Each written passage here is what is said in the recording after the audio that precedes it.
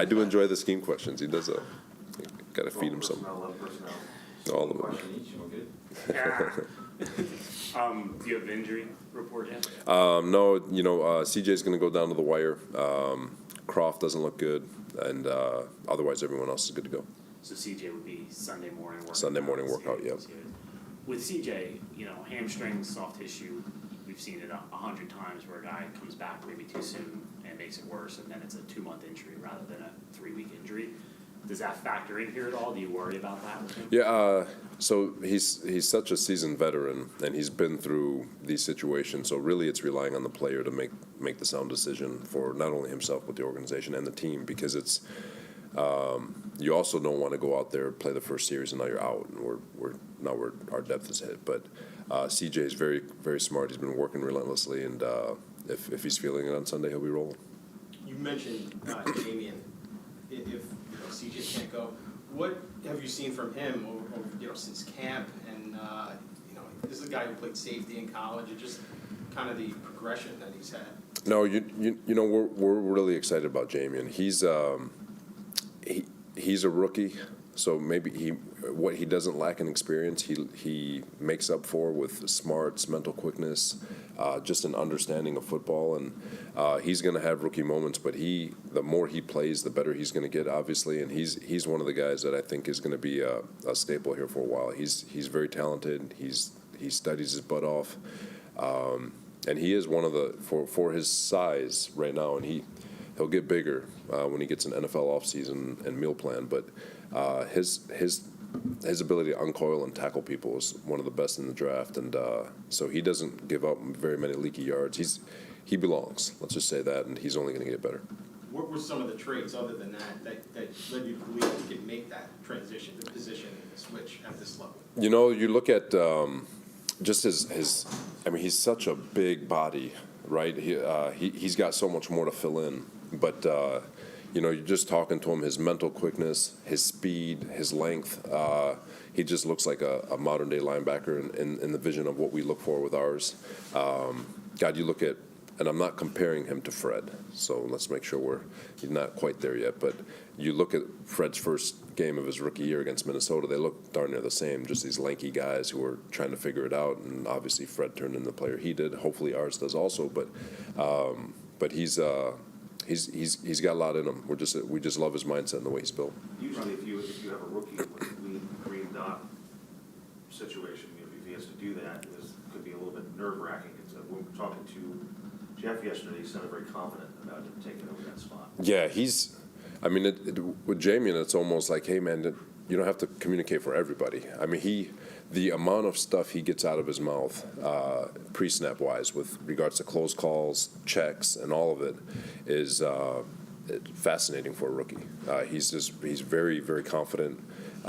He knows everybody's job, and so our confidence of him with the green dot is fine.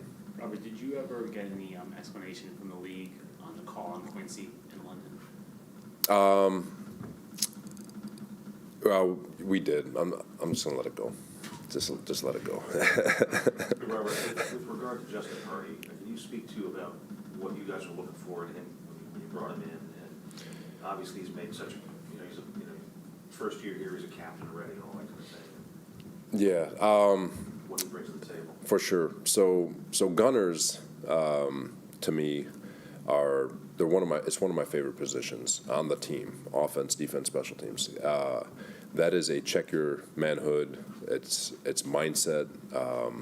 It is an absolute dogfight when you're a gunner and you got to beat a one-on-one or a double team. It's an absolute war on the edges, and those guys are responsible for field position, flipping fields.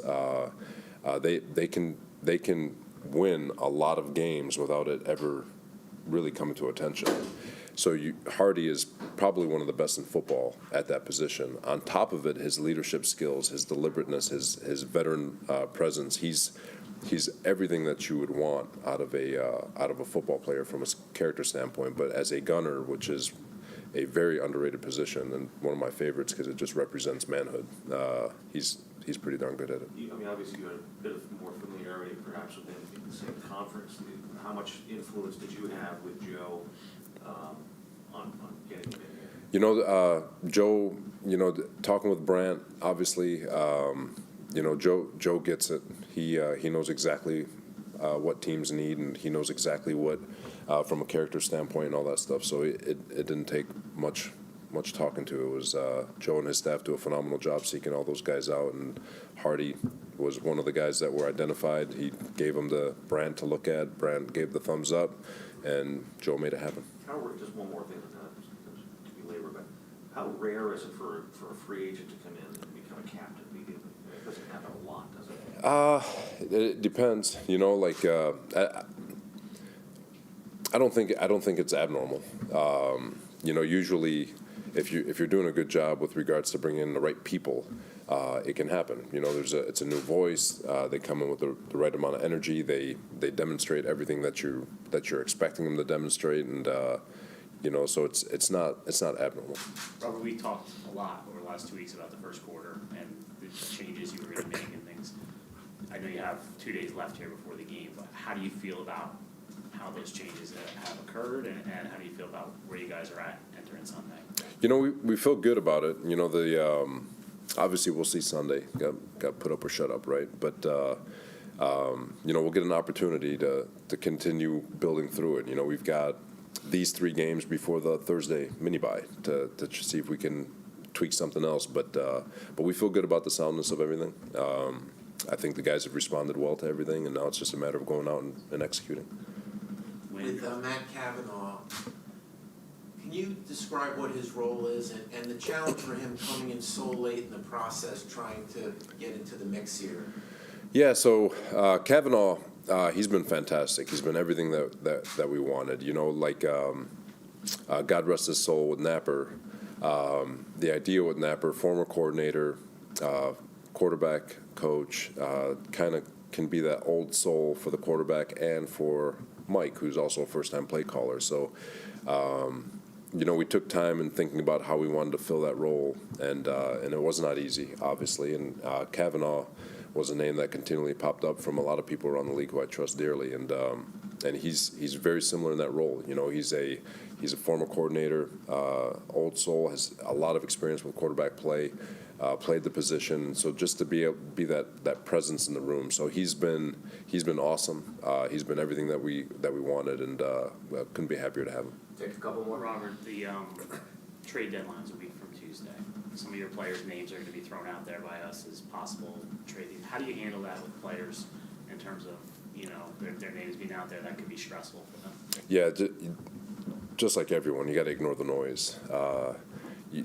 Focus on the things you got control over. If every second you spend focusing on things you have no control over, you're taking away from your ability to dominate the controllables. And so that the message is ignore the noise.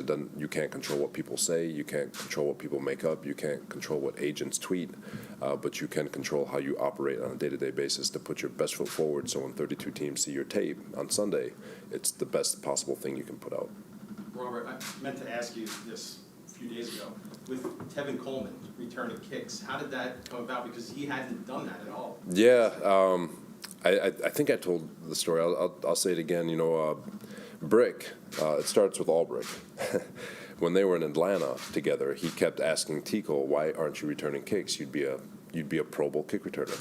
And Tico just shrugged it off.